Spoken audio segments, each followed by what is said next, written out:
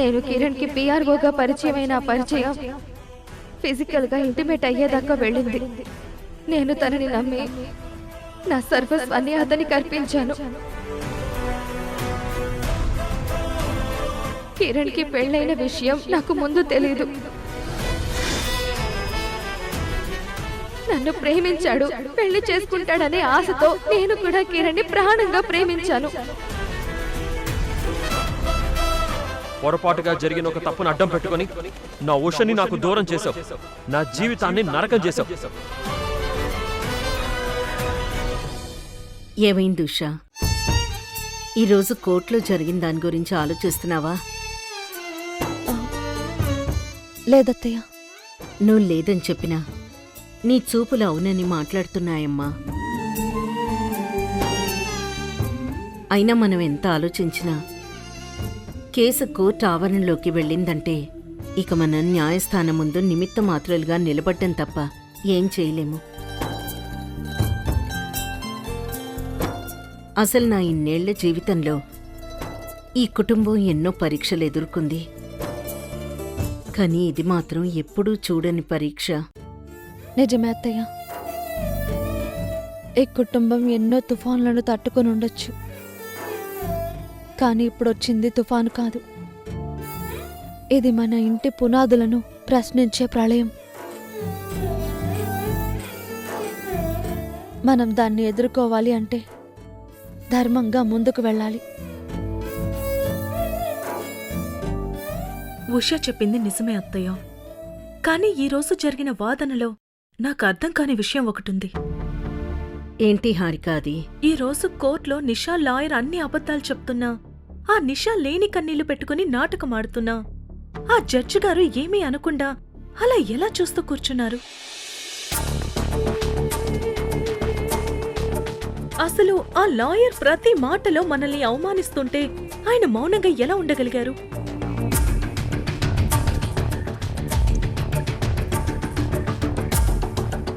నువ్వు చెప్పింది కరెక్టే అయ్యుండొచ్చు హారిక. కానీ న్యాయపీఠ మీద కూర్చున్న వ్యక్తికి మనలా ఆవేశం ఉండదు, కేవలం ఓపిక మాత్రమే ఉంటుంది.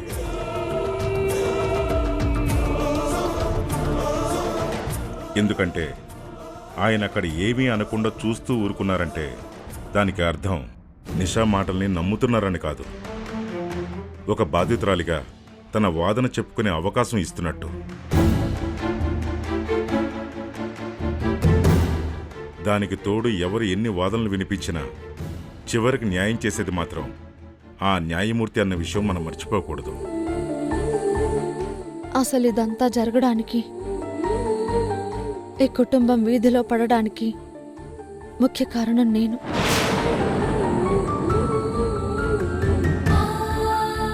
కోడలిగా ఇంట్లో అడుగుపెట్టి ఏ గడపకైతే గౌరవాన్ని తెస్తానని మొక్కుకున్నానో అదే గడపకు నేడు అవమానం తెచ్చిపెట్టాను.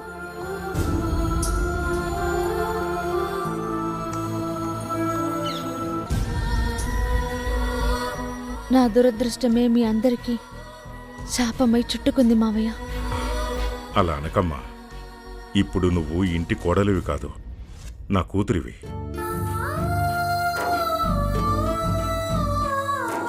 అంతేకాదమ్మా, కిరణ్ గురించి నువ్వు ఎక్కువగా ఆలోచించకు. వాడు తప్పు చేశాడు, ఆ తప్పుకి శిక్ష పడాలి.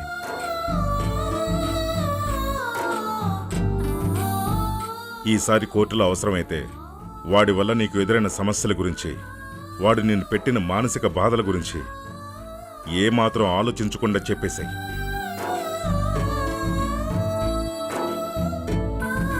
ఎందుకంటే వాడు నా కొడుకుని నువ్వెనకడుగు వేస్తే ధర్మానికి ద్రోహం చేసిందని అవుతావు.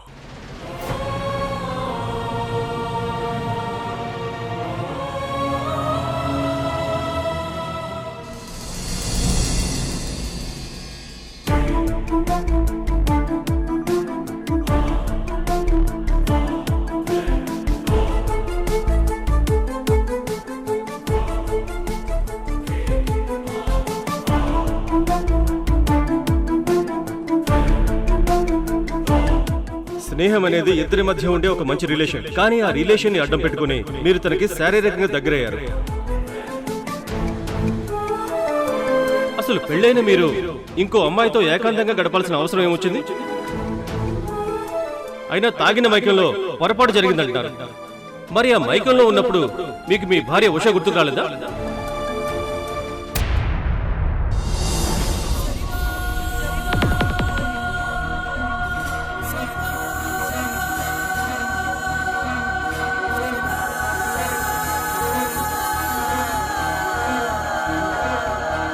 కిరణ్,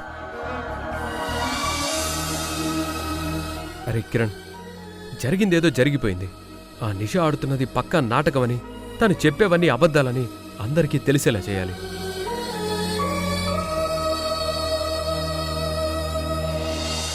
అంతేకాకుండా తన కడుపులో పెరుగుతున్న బిడ్డకు తండ్రివి నువ్వేనా అన్నది నిజమో అబద్ధమో కూడా నిరూపించాలి.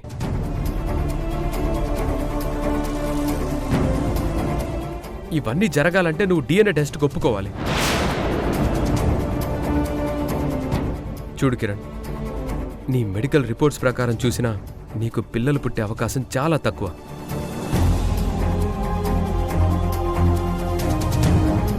అందుకే ఆ నిష నిన్ను బిడ్డ విషయంలో మోసం చేస్తుందేమోనని అనుమానంగా ఉంది. DNA టెస్ట్కి ఒప్పుకోరా.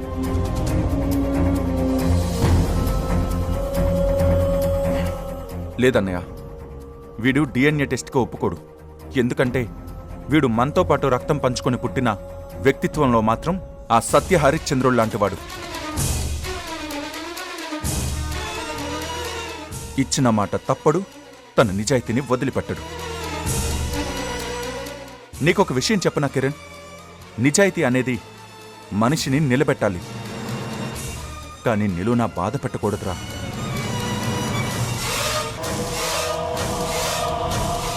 అంతేకాదు, ఒక్కసారి లాజికల్గా ఆలోచిస్తే నువ్వు తప్పు చేసావని ఒప్పుకున్నావు సరే, కానీ ఆ తప్పు నీ వల్ల జరిగిందో లేదో తెలుసుకోకుండా దాన్ని నీ మీద వేసుకుంటే అప్పుడు అది నీ నిజాయితీ కాదు, మూర్ఖత్వం అవుతుంది. అందుకే మేం చెప్పింది విని ఇప్పటికైనా DNA టెస్ట్కి ఒప్పుకో. అది నీ కోసం కాదు, నిన్ను ప్రేమిస్తున్న ఈ మనుషుల కోసం.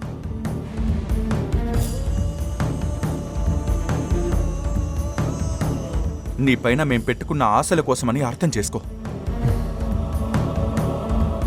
నువ్వు చెప్తుంది కూడా నిజమే అన్నయ్య, కానీ ఇది నా నిజాయితీ కాదు. నా వల్ల జరిగిన తప్పుని సరిదిద్దడానికి చేసే ప్రయత్నం.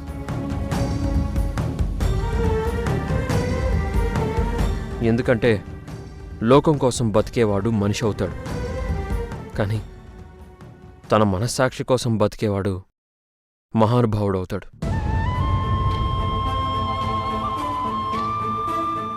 అలా నేను మహానుభావుడిని చెప్పుకోవట్లేదు.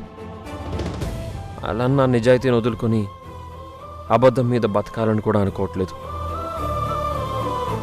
కానీ ఈ రోజుకి ఒక విషయంలో మాత్రం ఇప్పటికీ నా మీద నాకు అసహ్యం వేస్తుంది అన్నయ్య. అదేంటంటే ఈరోజు కోర్టులో నేను చేసిన తప్పుకి ఉషకి జరిగిన అవమానాన్ని చూశాను.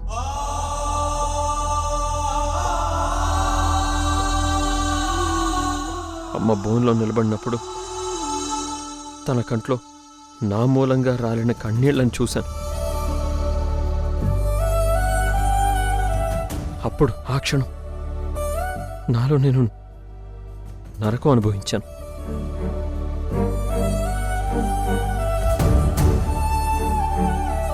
కానీ మళ్ళీ అంతలో ఒక అబద్ధపు వెలుగులో నా కుటుంబాన్ని ఉంచడం కంటే నిజమైన చీకటిలో నేనొక్కడనే మగ్గిపోవడం మేలు అనుకున్నాను. అరే అరే కిరణ్ కిరణ్,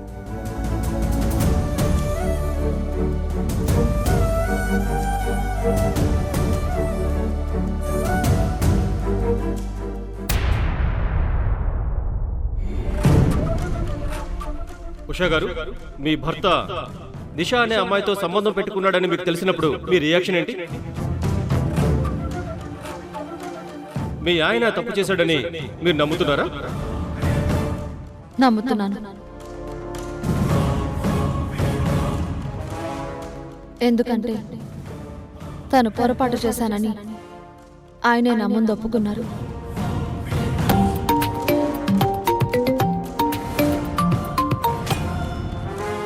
హలో పిన్ని, ఎలా ఉన్నారు? ఎలా ఉంటామమ్మా? కడుపున పుట్టిన కూతురు కోర్టు మెట్లెక్కుతుంటే ఈ తల్లికిక్కడ ముద్ద దిగట్లేదు.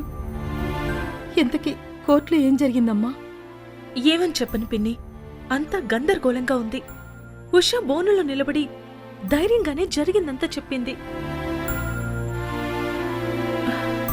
కాని ఆ నిషా లాయర్ ఉన్నాడే, వాడసలు మనిషే కాదు. ఉషని అత్తయ్యని నోటికొచ్చినట్టు మాట్లాడాడు. అవునా? అసలేం జరిగిందమ్మా?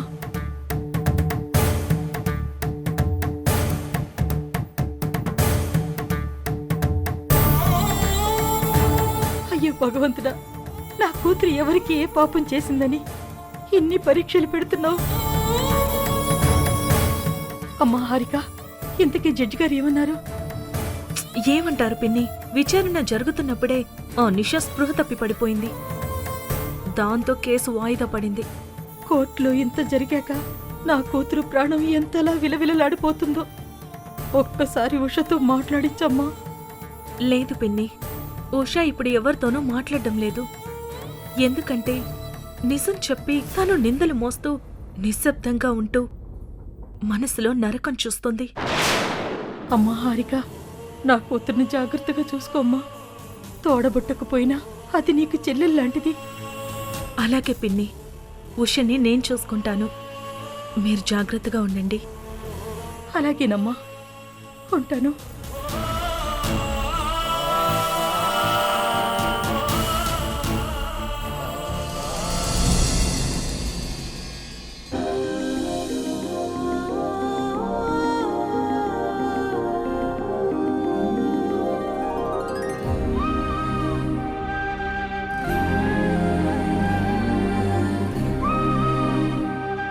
హారిక, ఏంటి ఆలోచిస్తున్నావు?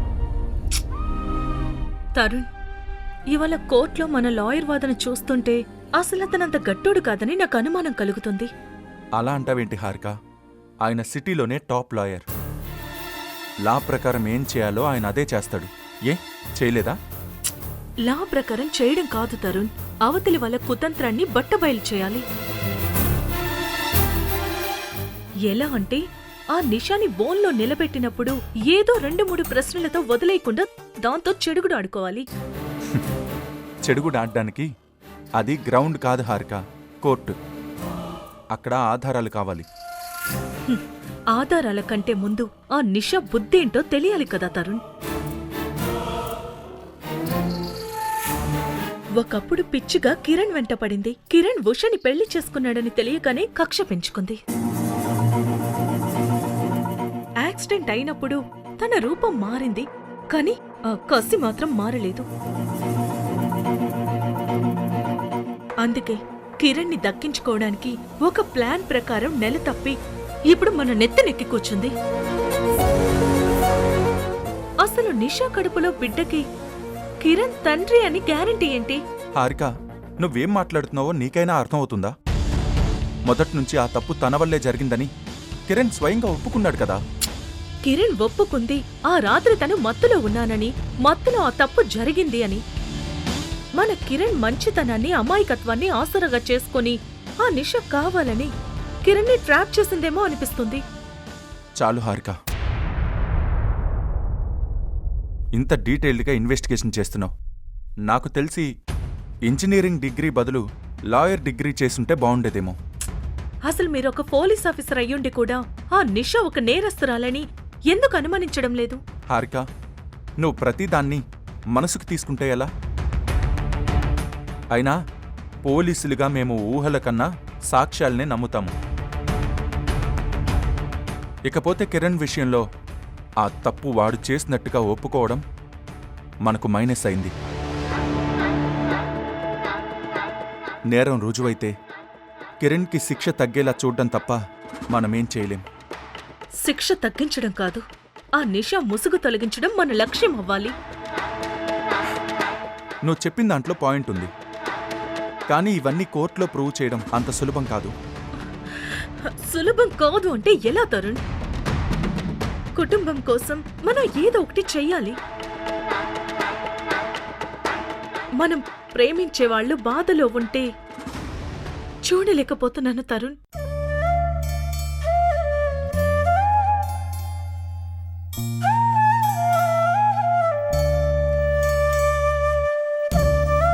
నీ మనసు నాకు తెలుసు హారిక. నువ్వు ప్రేమించే వాళ్ళ గురించి చాలా ఎక్కువగా ఆలోచిస్తావు. పుట్టుకతోనే మన బిడ్డ ప్రాణాలు పోగొట్టుకున్నాడు. అది తలుచుకుని నువ్వు చాలా రోజులు కుమిలిపోయావు. కానీ ఆ చేదు నిజాన్ని నేను తొందరగానే మర్చిపోయాను. అలా మాట్లాడకు తరుణ్. నా బిడ్డని నేను ఇప్పటికీ మర్చిపోలేకపోతున్నాను. కడుపులో ఉన్నప్పుడు తన గుండె చప్పుడు విన్న నేను నా బిడ్డ నా నుంచి దూరమైన క్షణం నుండి ఆ బాధను తట్టుకోలేకపోయాను. ఆ జ్ఞాపకాలు నన్ను ప్రతిరోజు వెంటాడుతూనే ఉన్నాయి. ఆ ప్రాణం మన మధ్య ఉంటే ఇప్పుడు ఇక్కడ సందడిగా ఉండేది. ఏడవకు హారిక. ఆ రోజు హాస్పిటల్లో డాక్టర్ ఆ మాట చెప్పినప్పుడు నా ప్రపంచమే కూలిపోయింది. నిన్ను చూసి నేను ధైర్యంగా ఉండాల్సొచ్చింది. కానీ లోపల నేను కూడా ఒక తండ్రిగా ఎంతో కుమిలిపోయాను. మన బిడ్డ బ్రతికుంటే ఈ పాటికి ఎంతో ముద్దుగా మిమ్మల్ని నాన్న అని, నన్ను అమ్మ అని పిలిచేవాడు. ఈ పాటికి ఇల్లంతా వాడి అడుగులతో సందడిగా ఉండేది. ఆ బుజ్జి చేతులతో మీ వేలిని పట్టుకుని అడుగులు వేసేవాడు. అవును హారిక, వాడుంటే మనిద్దరి జీవితం ఇలా ఉండేది కాదు. బుజ్జి బుజ్జి మాటలతో, అరకొర పలుకులతో మన లోకాన్నే మార్చేసేవాడు. వాడు వేసే ప్రతి అడుగులో నా ప్రపంచాన్ని చూసుకోవాలి అనుకున్నాను. అమ్మా అని పిలిచే పిలుపు కోసం ఎదురు చూశాను. కానీ ఆ పిలుపు వినపడక ముందే మనం ఒకటి తలిస్తే అది ఇంకొకటి చేస్తుంది.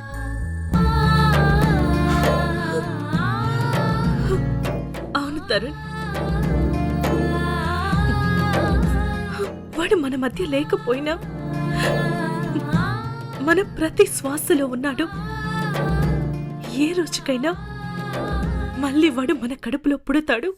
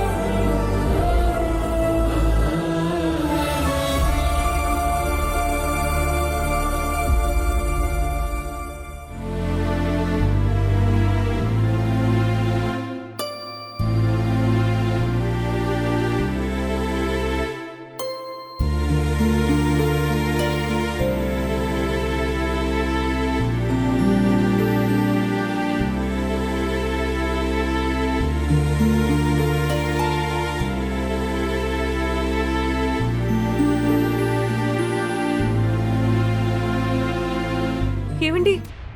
1 సెకండ్. ఏమైంది? మురారికి ఇంకా ఫీవర్ ఉన్నట్టుందండి. పూర్తిగా తగ్గలేదు. ఒక్కసారి డాక్టర్ గారిని పిలిపించండి, లేదంటే మళ్ళీ మనమే హాస్పిటల్కి వెళ్దామా? సునంద, నువ్వు అనవసరంగా కంగారు పడుతున్నావు.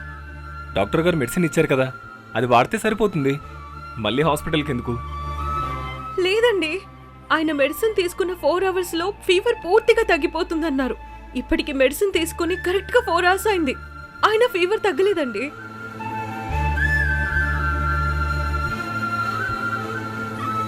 సునంద, బాబు రోజు రోజుకి పెరిగి పెద్దవాడవుతుంటే నువ్వు మరీ చిన్నపిల్లలా అయిపోతున్నావు.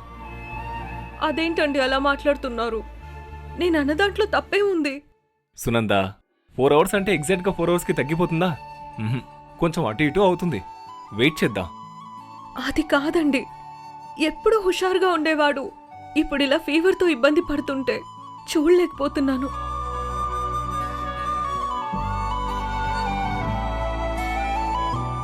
ఏమండి, కంగారు పడకండి. పిల్లలన్నాక ఇవన్నీ కామనే. బాబు త్వరగానే కోలుకుంటాడు. ఊరికే చిన్నపిల్లలకి మెడిసిన్స్ అలవాటు చేయడం మంచిది కాదు. అలా చేయడం వల్ల వాళ్ళ ఇమ్యూనిటీ తగ్గిపోతుంది.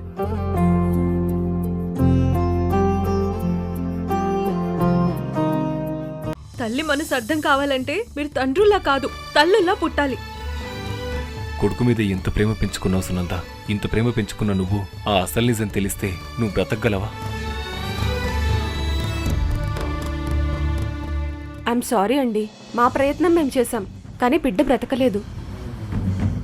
బాబు ఊపిరి తీసుకోవడానికి చాలా ఇబ్బంది పడుతున్నాడు. ఇంక్యుబేటర్లో పెట్టాలి.